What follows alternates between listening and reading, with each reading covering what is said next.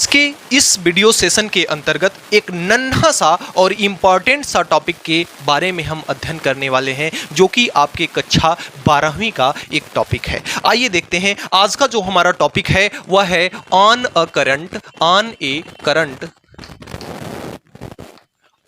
Current carrying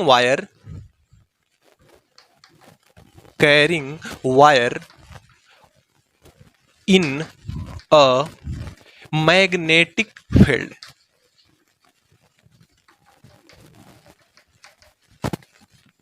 magnetic field यानी कि किसी चुंबकीय क्षेत्र के द्वारा धारावाही चालक तार पर बल।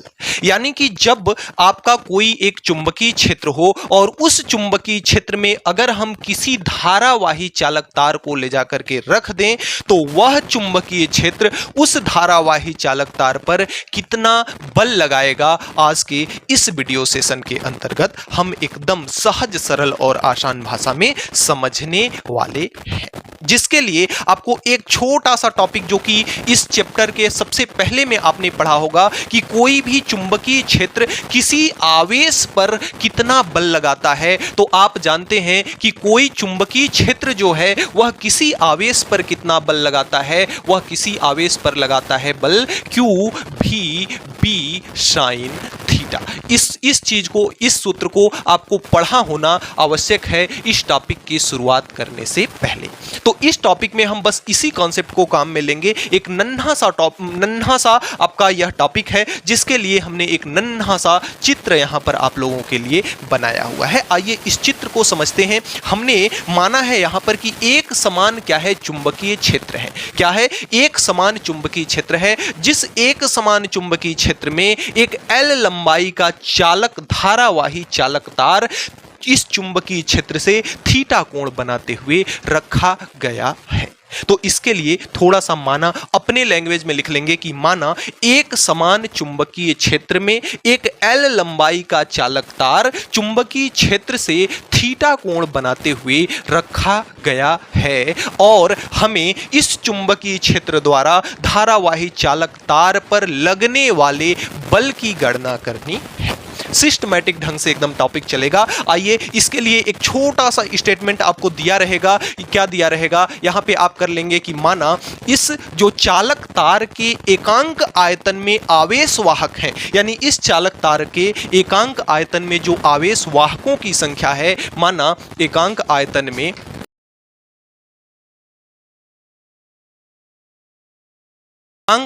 में आवेश वाहकों की संख्या आपने कितना माना? n है। अब जब इस चालक तार के एकांक आयतन यानी एक आयतन में अगर n इलेक्ट्रॉन है, आवेश वाहकों की संख्या n है, तो इस पूरे चालक तार में कितने आवेश वाहक होंगे? तो यहां लिखेंगे कि पूरे चालक में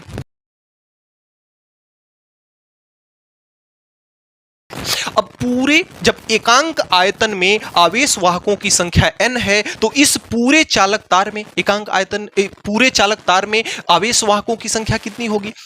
जैसे अगर आपका 5 पेन जो है कितने का आता है, 5 पेन अगर 25 रुपए का आता है तो एक पेन कितने का मिलेगा? एक पेन मिलेगा आपका 5 रुपए, 25/5। यहां पे क्या है कि अगर एक पेन की कीमत 5 रुपए है तो 5 पेन की कीमत 5 × 5। तो एक आयतन में अगर n है तो इतने आयतन में कितने होंगे? इतना × n। तो इस तार का आयतन अगर हम निकालें तो तार का आयतन क्या हो जाएगा? आयतन होता है आपका लंबाई × चौड़ाई × ऊंचाई, या लंबाई × क्षेत्रफल। तो लंबाई इसका L है और इस चालक तार के अनुप्रस्थ काट का क्षेत्रफल जो है कितना है? A है। तो इस चालक तार का जो आयतन हो जाएगा कितना हो जाएगा? L × A। अब इसमें अगर एकांक आयतन में n है तो इतने आयतन में कितने होंगे? आवेश वाहकों की जो संख्या होगी कितनी होगी? L × A और साथ में इंटू में कितनी हो जाएगी? n। अब हमारे पास आवेश वाहकों की संख्या पता होगी।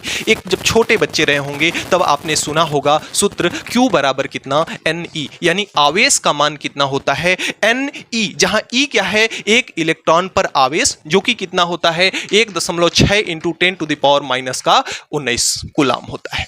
एक आवेश, एक इलेक्ट्रॉन पर आवेश, और n क्या है, आवेश वाहकों की संख्या, जो कि हमें ये प्राप्त हो गई है। तो अब यहां से अगर हम देखें आवेश, तो यहां पे अगर आवेश लिख दें हम, तो आवेश बराबर कितना होता है, Q इंटू NE। तो आवेश बराबर होता है आवेश वाहकों की संख्या, आवेश वाहकों की संख्या, आवेश वाहकों की संख्या इंटू एक इलेक्ट्रॉन का आवेश, एक इलेक्ट्रॉन का आवेश। तो यहां से Q बराबर, आवेश को किससे डिनोट करते हैं, Q से, तो Q बराबर आवेश वाहकों की संख्या कितनी है, N into L into A है, N इंटू L इंटू कितना है, A है, और साथ में एक इलेक्ट्रॉन पर आवेश कितना होता है, एक इलेक्ट्रॉन पर आवेश कितना होता है, E होता है।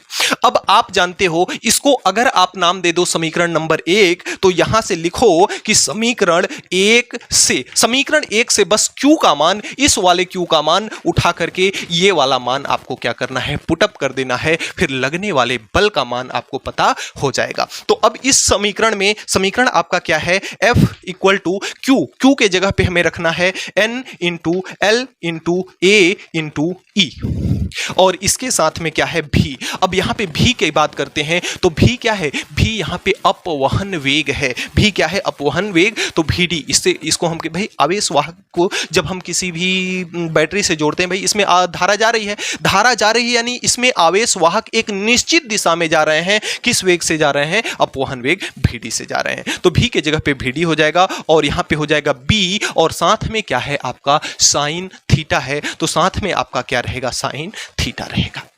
अब यहां से हमें कुछ नहीं करना है, एक सूत्र आप और जानते होंगे, I बराबर क्या होता है, I बराबर होता है NEAVD।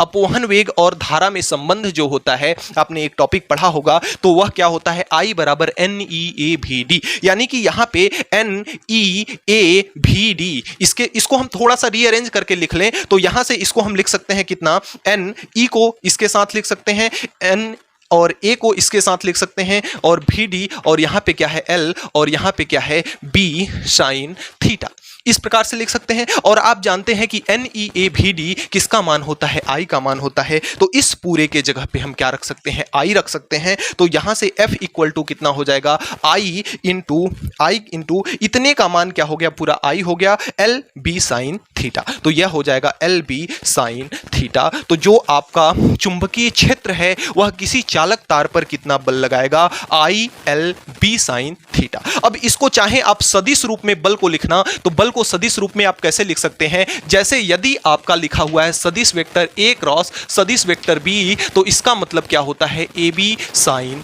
थीटा। आपने सदिश वेक्टर में पढ़ा होगा कि यदि कहीं पे AB साइन थीटा लिखा हुआ है, तो उसका मतलब है A क्रॉस B, या कहीं पे सदिश वेक्टर A क्रॉस सदिश वेक्टर B लिखा हुआ है, तो उसका मतलब होता है AB साइन थीटा। तो यहां पे क्या लिखा है, LB साइन थीटा। A के जगह पे क्या है, L है, B के जगह पे क्या है, B है, और साइन थीटा के जगह पे साइन थीटा है। तो इस A इंटू B के जगह पे A के जगह पे हमें क्या रखना होगा, L रखना होगा। तो ये I तो आपका रहेगा ही, और यह हो जाएगा L सदिश वेक्टर L क्रॉस सदिश वेक्टर B, सदिश वेक्टर L क्रॉस सदिश वेक्टर B। यही आपका लगने वाला क्या हो जाएगा, बल हो जाएगा इस चालक के द्वारा, इस चालक तार पर इस चुंबकीय क्षेत्र के द्वारा लगने वाला बल। अब इसके बाद इस टॉपिक को हमने इसलिए बताया क्योंकि इसके बाद एक नन्हा सा और टॉपिक आएगा कि दो समांतर चालकों के मध्य लगने वाले बल की गणना करनी है। तो जब आपको एक चालक तार पर चुंबकीय क्षेत्र कितना बल आरोपित करता है, ये बात जब आपको पता होगी, तब आप आसानी पूर्वक एक दो सीधे लंबे धारावाही चालक तार के कारण लगने वाले बल की गणना कर सकते हो। देखिए यहां पे हमने कुछ भी नहीं किया। सबसे पहले हमने एक ऐसा कंडीशन ले लिया कि एक समान चुंबकीय क्षेत्र B है जिसमें थीटा कोण बनाते हुए L लंबाई का एक धारावाही चालक तार रखा हुआ है। एक बात हम जानते हैं कि जो आपका कोई चुंबकीय क्षेत्र है वह किसी ही आवेश पर कितना बल लगाता है, गतिमान आवेश पर। भाई इसमें आवेश गतिमान है, आवेश चल रहा है, धारा बह रही है, तो गतिमान आवेश पर लगने वाला जो बल है वह कितना होता है, F बराबर QVB साइन थीटा, जहां पे Q आवेश है, v उस आवेश का वेग है और b क्या है, चुंबकीय क्षेत्र है। साइन थीटा क्या है, v और b के मध्य कोण, यानी आवेश के वेग और चुंबकीय क्षेत्र के मध्य बनने वाला कोण आपका क्या है, साइन थीटा है। अब इस सूत्र में हमको केवल व केवल Q की वैल्यू फाइंड करनी है। तो Q की वैल्यू कैसे फाइंड होगी, जिसके लिए हमें एक स्टेटमेंट छोटा सा, जो कि बहुत अच्छी बात होती है कि एकांक, किसी भी चीज का जब एकांक आपको दिया हो तो जितना मर्जी उतना आप ज्ञात कर सकते हैं। उसी प्रकार से यहां भी दिया हुआ है, एकांक आयतन में आवेश वाहकों की संख्या इस चालक तार में कितनी है, n है। तो जब एकांक आयतन में आवेश वाहकों की संख्या n है तो इस पूरे आयतन में, यानी इतने आयतन में आवेश वाहकों की संख्या इतनी होगी। जैसे एक पेन 5 रुपए में, 5 पेन 25 रुपए में। तो उसी प्रकार से हमने यहां लिख के Q किसका मान निकाल लिया, आवेश वाहकों की संख्या। हमें तो Q का मान निकालना है और हम जानते हैं Q बराबर NE, N जहां है आवेश वाहकों की संख्या, E क्या है, इलेक्ट्रॉन पर आवेश। तो यहां से अगर आवेश का मान लिखें हम तो आवेश वाहकों की संख्या ये रही, इनटू में Q बराबर NE। तो N का मान आपका ये रहा और E का मान आपका E रहा। अब Q का मान हमको पता हो गया। अब इस बस Q के जगह पे हमें Q का मान क्या करना है, पुटअप करना है और थोड़ा सा रीअरेंज करना है। यह जो भी है वह अपवहन वेग है, क्योंकि जब इलेक्ट्रॉन चलते हैं किसी विद्युत क्षेत्र के द्वारा चलाए जाते हैं जब इलेक्ट्रॉन, तो वह किस वेग से चलते हैं, अपवहन वेग से चलते हैं। तो इस पूरे फार्मूले को हमने अपवहन वेग और धारा में हमने संबंध पढ़ा था कि I बराबर NE/VD, तो इतने के जगह पे हमने I रख लिया और बाकी आपका LB साइन थीटा साथ में है। अब इसको अगर सदिश रूप में लिखना चाहें तो अगर A क्रॉस B लिखा हुआ है तो उसको हम AB साइन थीटा लिख सकते हैं। तो यहां पे अगर LB साइन थीटा लिखा हुआ है तो L क्रॉस B इसमें हम लिख सकते हैं। और हमने आपको सदिश के मध्य जब इस प्रकार से क्रॉस दिया हो, इनकी दिशा ज्ञात करने के लिए हमने बताया है कि पहले वाले की तरफ उंगलियों को फैला दीजिए, दूसरी वाले की तरफ उंगली को घुमाइए तो अंगूठा बताएगा इस वाले बंदे की दिशा। अब यहां पे आपको एक बात याद रखनी है, एक बात यहां पे आप सभी बच्चे नोट पॉइंट में नोट करेंगे और कमेंट बॉक्स में लिखेंगे कि इस L की दिशा I के हिसाब से ली जाती है। जब अगला वीडियो आएगा दो समांतर चालकों के मध्य बल, तो इस कंसेप्ट को काम में लेंगे और वहां पे मैं प्रैक्टिकल इस दिशा के बारे में करके बताऊंगा। तो आज के टॉपिक में इतना ही, मिलते हैं नेक्स्ट टॉपिक में, तब तक के लिए गुड बाय।